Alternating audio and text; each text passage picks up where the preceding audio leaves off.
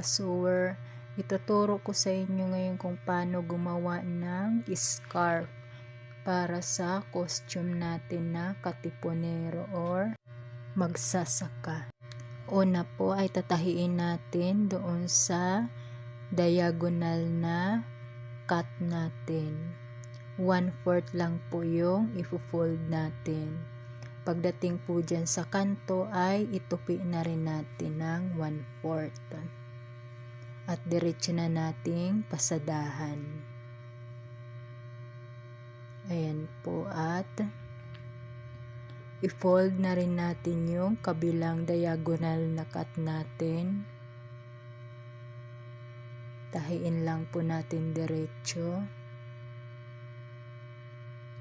Ayan po, pagkatapos ay i-cut natin yung sobra na tela. Ipantay lang po natin dyan. Bali 1/2 po yan na pagtupi ko bago i-fold ulit natin ng 1/4.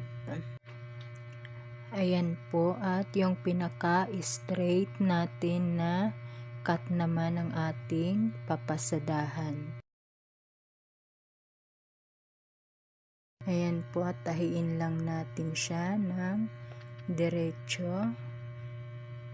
Pagdating sa dulo ay ilak lang natin ng maigi para hindi siya magtastas. At yan po, malinis ang pagkakatahi natin.